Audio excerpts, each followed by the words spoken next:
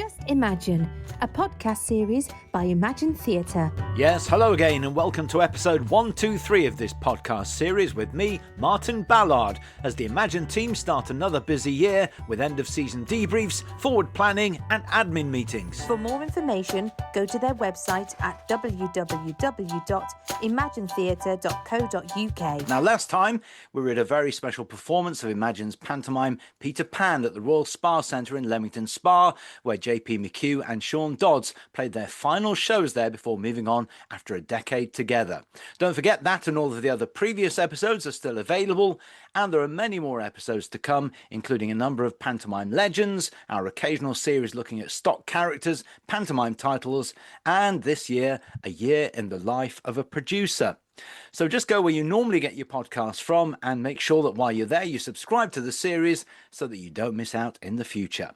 Now, Imagine had 21 pantomimes and Christmas shows during the 2025-26 season, and now that that season is over, you might be thinking to yourself, the team can now put their feet up until Christmas of this year. Far from it, let me tell you. So for this episode, we're going to review the season in more detail and chat about the priorities at the start of 2026. So with me, once again, are the company's joint CEOs, Managing Director Steve Boden and his wife, Business and Marketing Director Sarah Boden. How are you both? Hello, Martin. We're good, thank you. Hi, Martin. All good here. Yep, ready for another year. Off we go.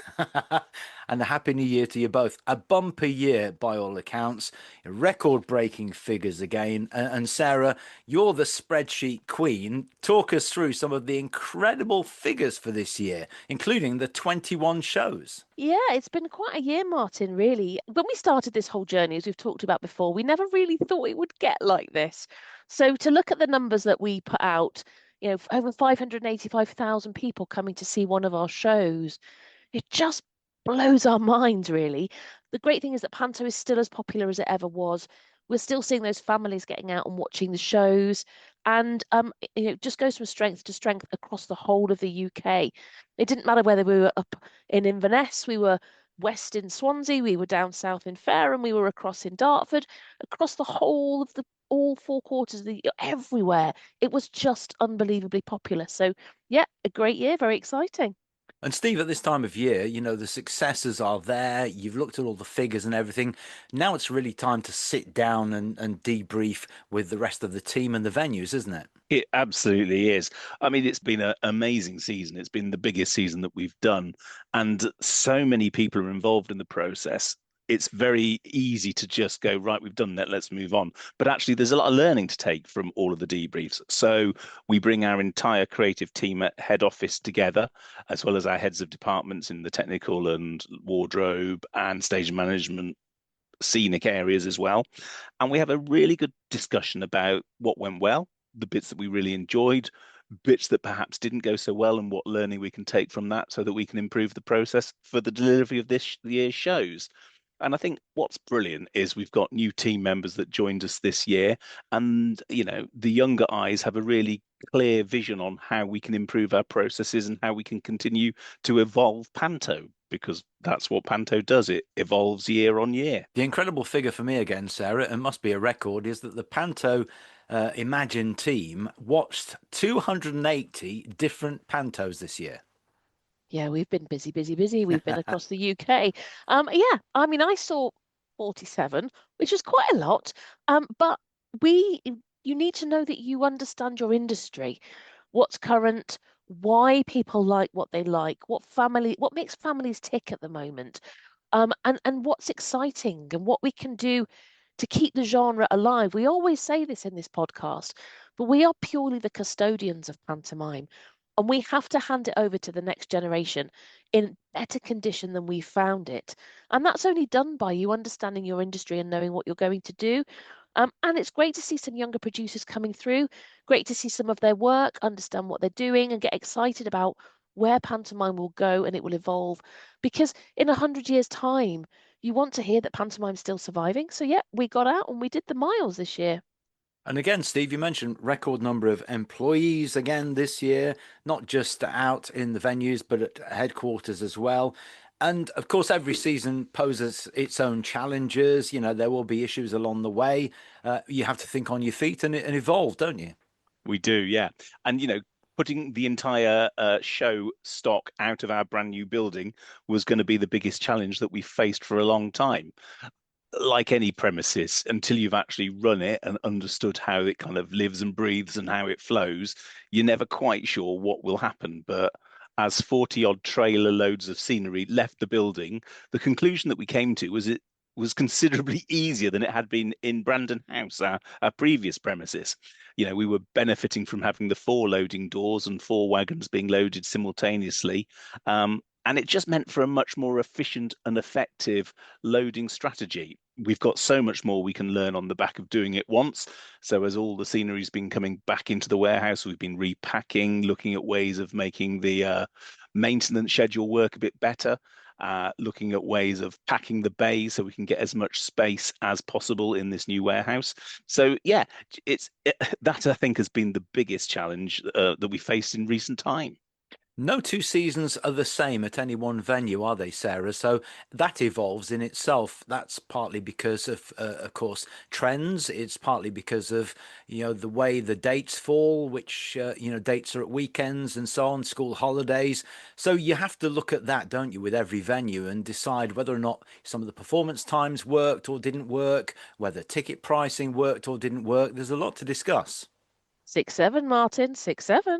I mean, who knew that this random thing with 2 numbers was going to be absolutely everywhere across the whole of the UK? Or that a band from K-pop that was created through, wasn't even a real band, gave us the hit of the season with Golden.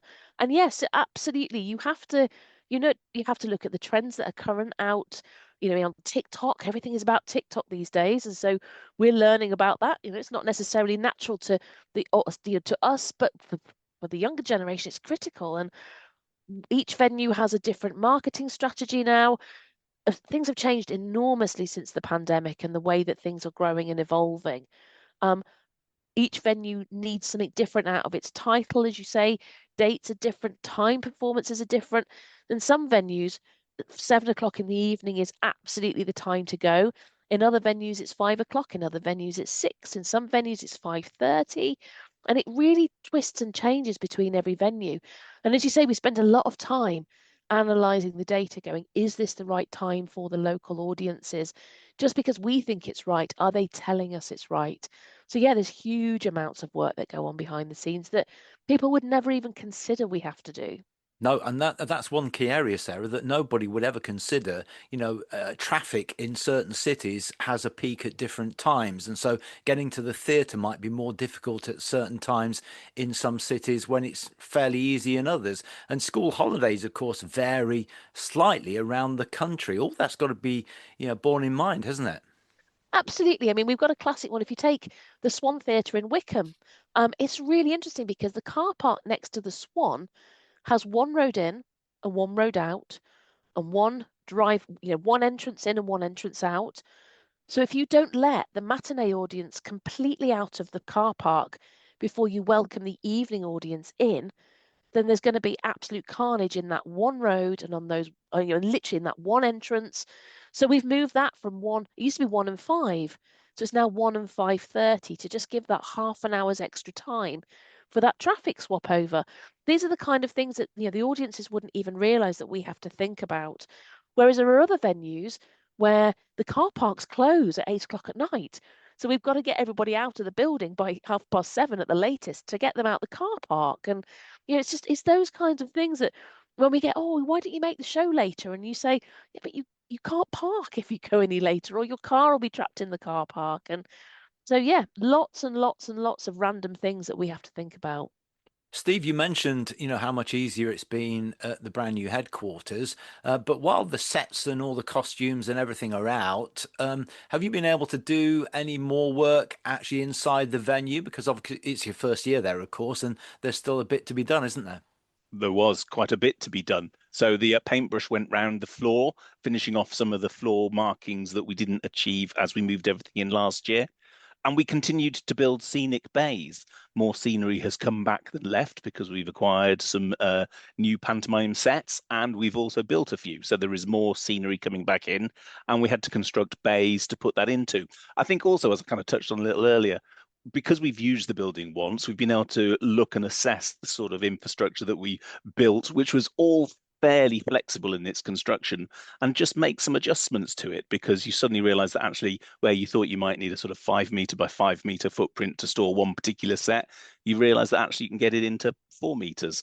So it's those sort of adjustments that we're now able to make. And that's something that's been kind of going on literally since the kind of Pantos were open, and there was 3 weeks of relative calm. It's never completely calm in pantomime, but we had enough time to really, work the building. And now the sets and everything are back in the store. Has that been easier, loading them back in and maybe doing any maintenance that might be needed early on? Yes, it absolutely has been. We used to have lorries queuing to get into Brandon House for about 3 weeks, and they had to come in one at a time. Now we've actually been able to, I think we've taken about 70% of loading time off what it used to take us, because we can tip lorries simultaneously. The great thing about Torrington Avenue, where we are now, is that we've been able to build with a lot of steel girders, almost like a stage housing. So we can actually rig and build pantomime scenes, hang the cloths, hang the flats, the portals, and really do some proper easy maintenance on these set pieces. Pantomime is renowned for its bright, colourful scenery, lots of glitter. And unless you have enough space to be able to pull those set pieces out and work them, it's really hard to keep them up to the standard that audiences expect. It was a lot of work shipping scenery out when we were in Brandon House. We'd take it to other workshops, but now we have the workshop infrastructure actually in the building, and we're able to maintain much easier. So literally, the glitter mines are being robbed again, and it's going back onto the sets ready for this year. Okay, Sarah, what about in your particularly specific area of finance? Is the number crunching already going on now at Trafalgar House and with the venues as well? Oh yeah, that goes on all the time. It never stops. I mean, the first settlement, we've got a chunk of the settlements in already, sorting those out, finalizing those. It was month end yesterday as we're recording this, obviously, so we have to put the month end results in. But then also not just that, but we're budgeting for next year as well. So whilst we're settling on one year and reconciling on one year, we're actively budgeting at the same time. And the two very much sit hand in glove. It's easier to budget while you're reconciling. And so that's the bit that always takes the time, because there's still straggly invoices coming in now. Final payments went out a couple of weeks ago. There's never a dull moment in spreadsheet land, Martin. No, Never, we never. talked last year, didn't we, about the major changes, as if moving to a brand new premises and being part of a new company wasn't enough. You were taking on more venues and so on, but that also meant being part of the Trafalgar family. That what you did with your systems had to marry with the Trafalgar systems, and that's now the first year of that, really, isn't it? Has that made a big difference? Oh, absolutely. Yeah. I mean, the team, a big shout out to the Trafalgar team. But people always go, oh, what's it like joining a new team? Well, they've just been nothing but a joy. And we're so blessed to work with people that we really, really like. It's always going to be a challenge amalgamating two systems together, because there's reasons why each system does what it does. And sometimes you come across a little bit of a challenge. We want to do it one way, they want to do it another way. But then we have to just work to find that compromise in the middle and find a system that works for everybody and gives us what we need.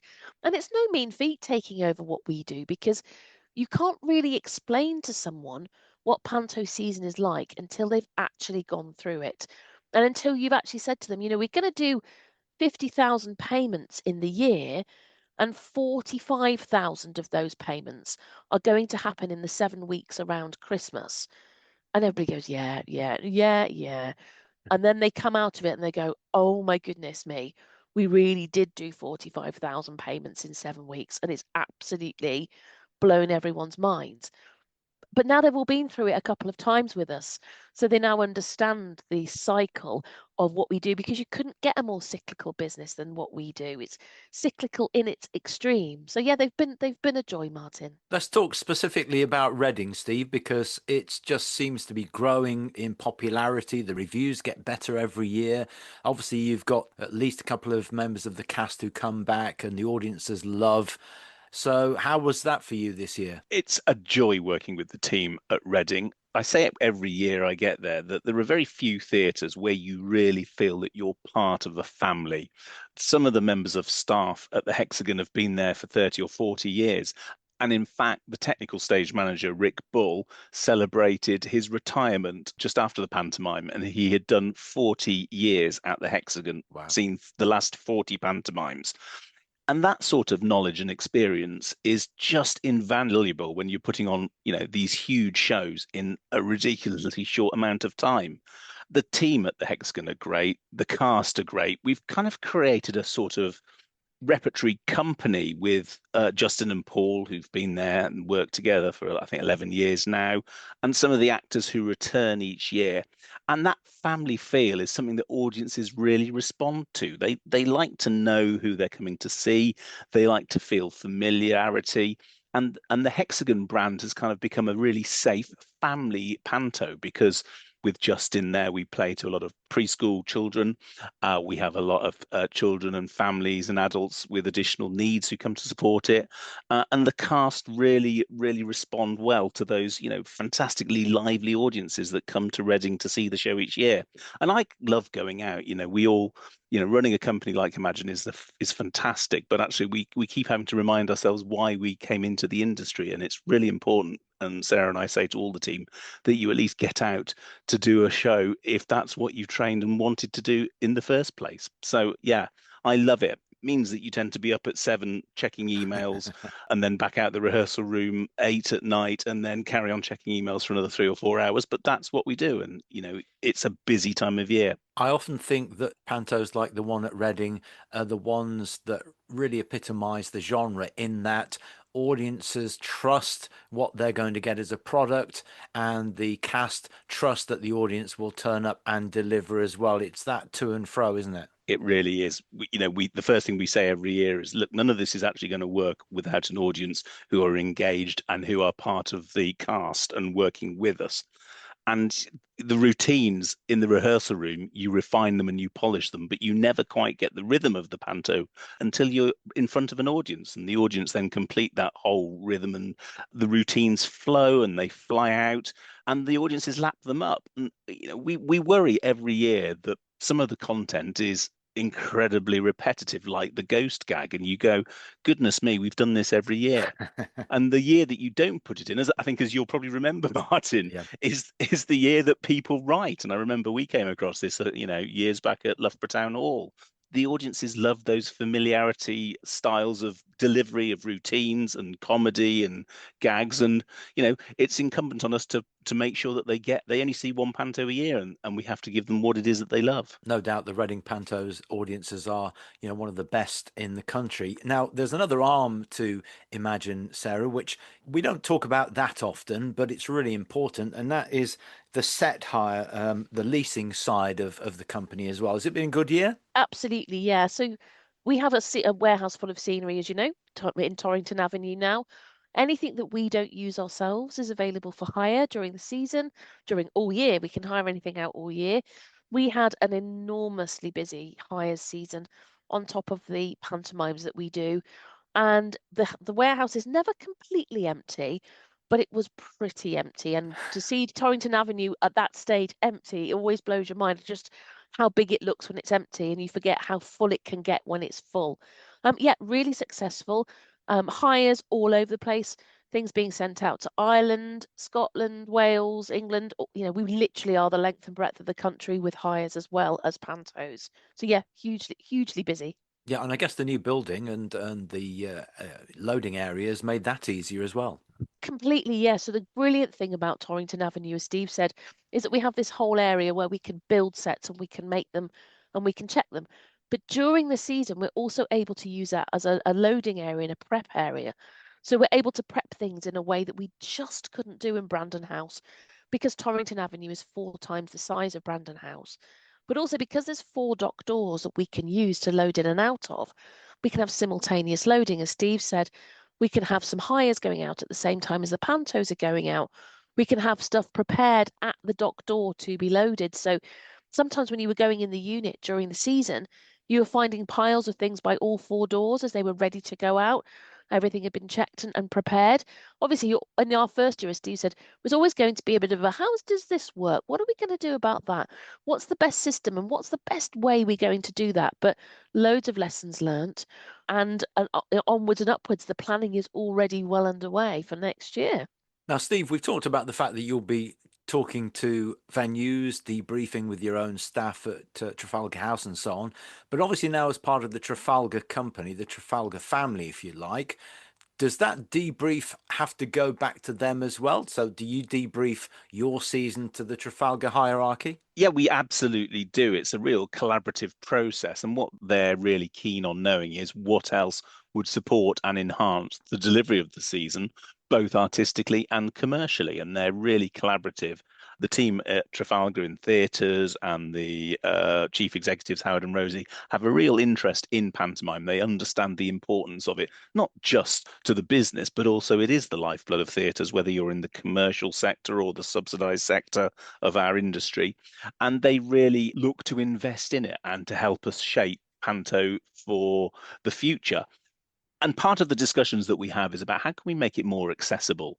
Pricing is no doubt a barrier to audiences. And I think particularly this year, we have acknowledged that there are people out there who simply can't afford to go to the theatre. And if we don't get them to go to the theatre, then there'll be a big hole in audience going in the future. So a part of what we're doing as a team and part of the value that Trafalgar bring is they have a huge amount of knowledge and experience of running venues, of box offices, of pricing strategies, and we feed all the intel that we've amassed during the Panto season into that, and that actually helps shape the entire programming and the entire pricing strategies for all theatre, not just for Panto.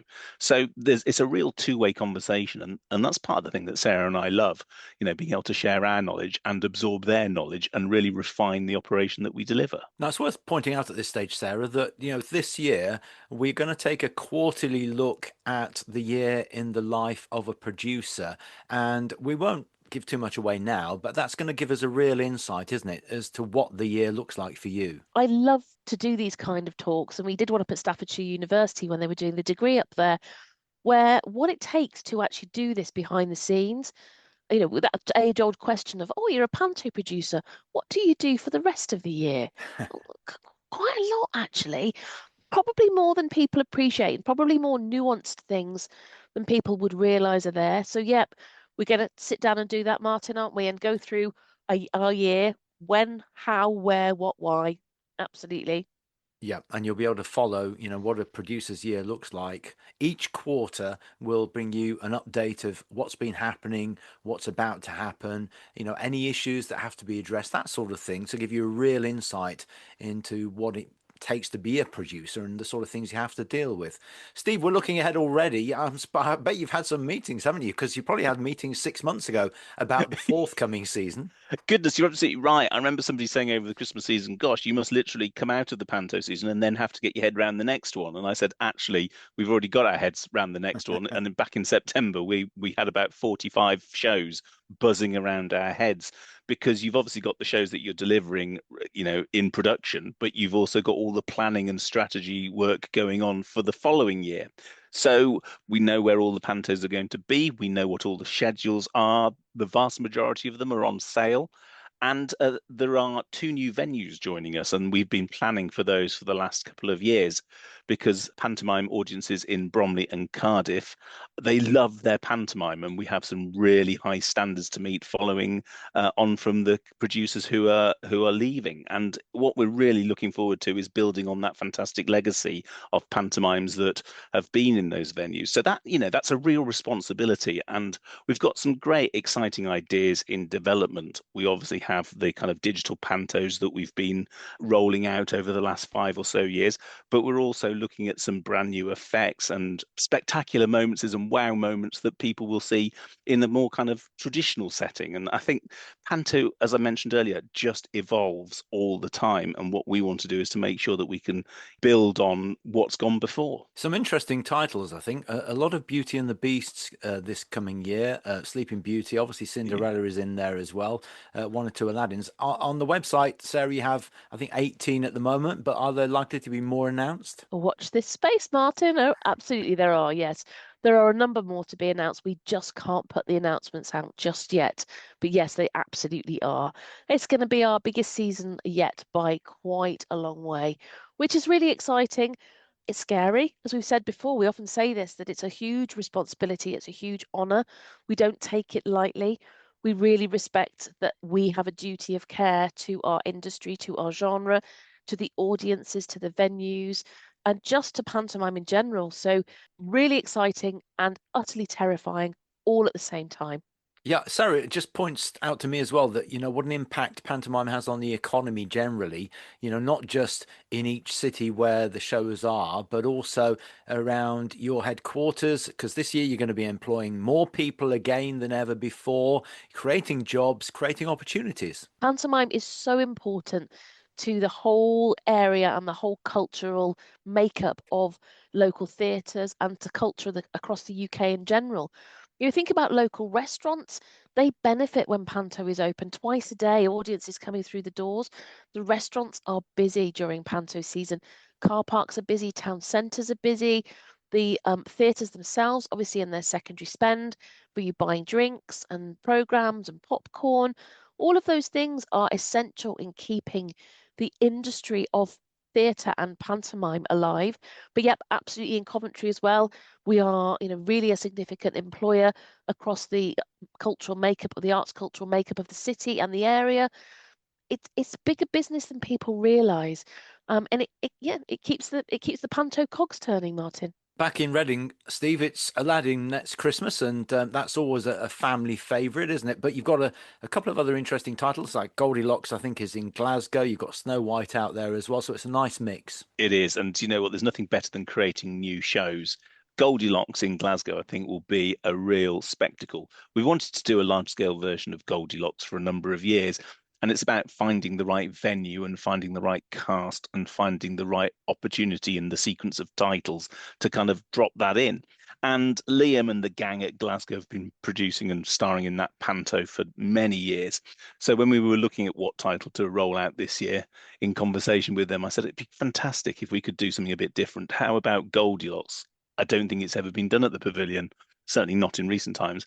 And they all just loved the idea. And the tale of Goldilocks from a pantomime point of view is usually framed in a circus.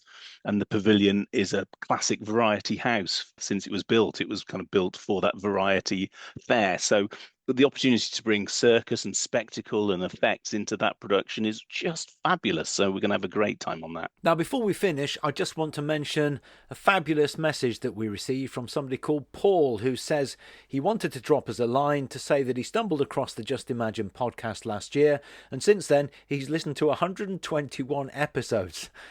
Not all in one go, I hope. He says he's bereft now that he's caught up, but just wanted to say a big thank you. It's been really enjoyable to hear different people's thoughts on Panto, he says. He loved the occasional series on the main titles, and for him, any episodes with Simon Sladen have always added something new that he didn't know. He says, I've always been around theatre, as a DSM for professional and Amdram shows, an MD for a local musical theatre group, and a redcoat back in the day.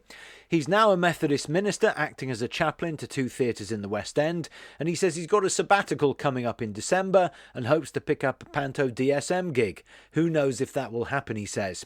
Anyway, as the former breakfast show host on Box Office Radio, he says he just wanted to say a big thank you and keep up the good work. Well, thank you to you, Paul. We love to hear from anybody who downloads the episodes, so do get in touch if you have any feedback on the episodes that you've heard. And I hope, Paul, that you've subscribed to the series, because we've got some fabulous episodes coming up in 2026 and beyond.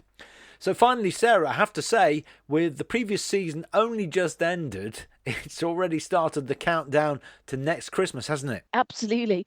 Yep, we know we've got 10 months to go till the first one goes into rehearsals, and we have to be ready and we have to be on it to make sure that happens. In fact, it's less than 10 months. It's probably only 9.5 now. So that's really terrifying because there's a lot to do before we get those shows into rehearsals. Well, listen, thank you both of you for joining me. Don't forget, we've got that series coming up this year of a year in the life of a producer. But that's it for now. As I said at the very beginning of the episode, there are many more fabulous guests still to come. So please make sure you subscribe through your favourite podcast app, and make sure you join me, Martin Ballard, next time for episode 124, when I'll be joined by the actress, entertainment and pantomime legend, Marlene from Only Fools and Horses, Sue Holderness. Thank you for listening to the latest edition of Just Imagine, the podcast series from Imagine Theatre. And you can find out more by going to www.imaginetheatre.co.uk.